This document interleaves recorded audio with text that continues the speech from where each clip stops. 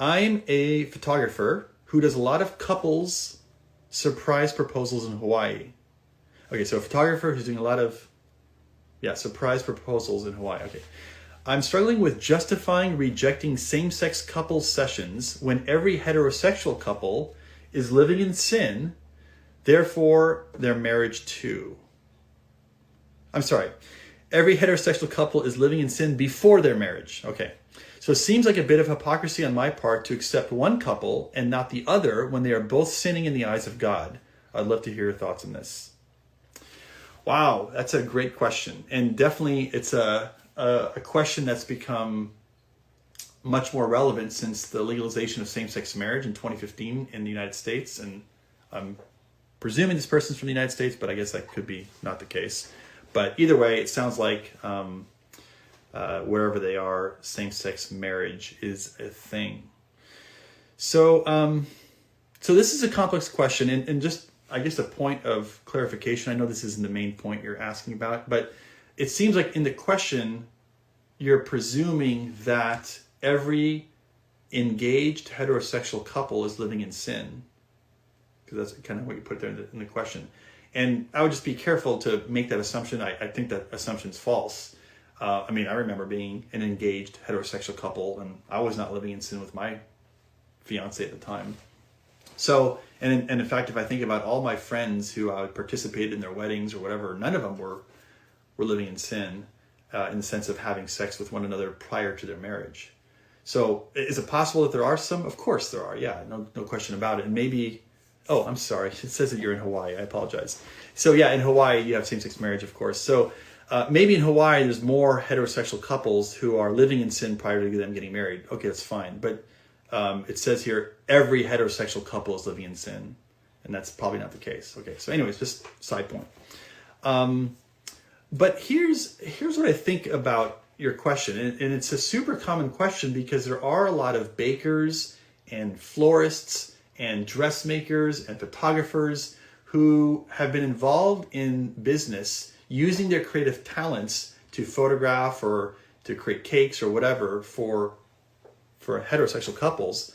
But now that same-sex marriage is legalized, you see same-sex couples asking those same Christian creatives to produce or to provide their services for same-sex weddings. And so you're saying you feel kind of like, well, how can I reject a same-sex couple if I don't also reject a heterosexual couple because they're both engaged in sin?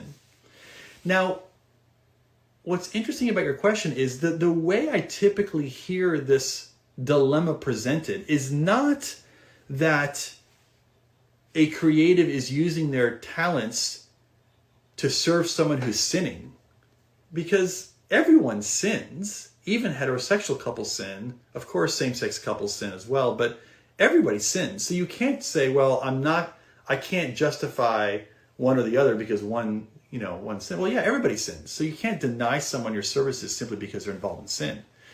What typically I find that a lot of creatives are wrestling with and find it to be a dilemma is they say, okay, okay, like in your case, I'm a photographer. I don't feel that I can, in good conscience, use my creative talents to photograph a same-sex wedding or a same-sex proposal, and make it look beautiful. Use my art, my creativity to celebrate and uplift this thing that God would say is not a thing. I mean, same-sex marriage is not a thing from God's perspective. It's legally it's a wedding, but from God's perspective, it's not a wedding. So that's the way the dilemma is, I find, from the vast majority of creatives who are involved in this space, is they say, well, I can't use my creative talents to uplift and make something look beautiful. That is something that God would say is not something that's beautiful. I think what they wrestle with then is the question, well, all right, so what do I do? Do I say no to the same-sex couple?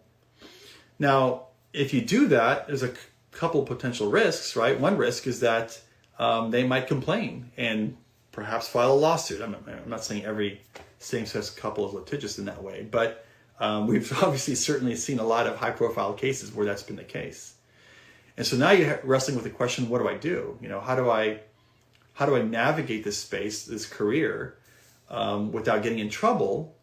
And if your conscience says, man, I can't use my creative talents to uplift a same-sex wedding, then how do I avoid that? Well, obviously, number one is you could use your creative services for that same-sex wedding. That would not be my opinion. I would not. If I was a creative, I would not do that. I would say, no, I can't do that. You could also politely decline.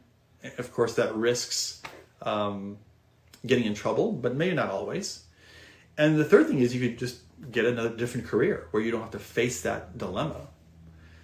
I'll also say that there's an organization called the Alliance Defending Freedom, which this is an organization that's devoted to legal religious liberty cases, and they've been involved in defending a lot of photographers, bakers, t-shirt makers, florists, whatever, who are wrestling with this question that you're asking. And they produce a free PDF resource which helps Christian schools and Christian artists and whatever to sort of navigate this space without getting into trouble, or minimizing the risk, I should say. And so I think it's called, well, if you go to their website, Alliance Defending Freedom, you will, and you can probably search for this document. It's a PDF document, and I think it's called Create Freely, because it's named after the creatives who want to create and use their creative services for people. But it's a free document, and I know it has a lot of information that helps people how to mitigate their risk of getting in trouble. So that's what I would tell you. So I don't think it's hypocritical for you to say no to a same-sex couple, but yes to a heterosexual couple. Yes, they're both in sin, but that's not the issue. The issue is, can you in good conscience use your creative photography talents to uplift and make something that's viewed by God as not legitimate? Can you use your creative talents to make that thing look beautiful and wonderful? And that's really the question, I think.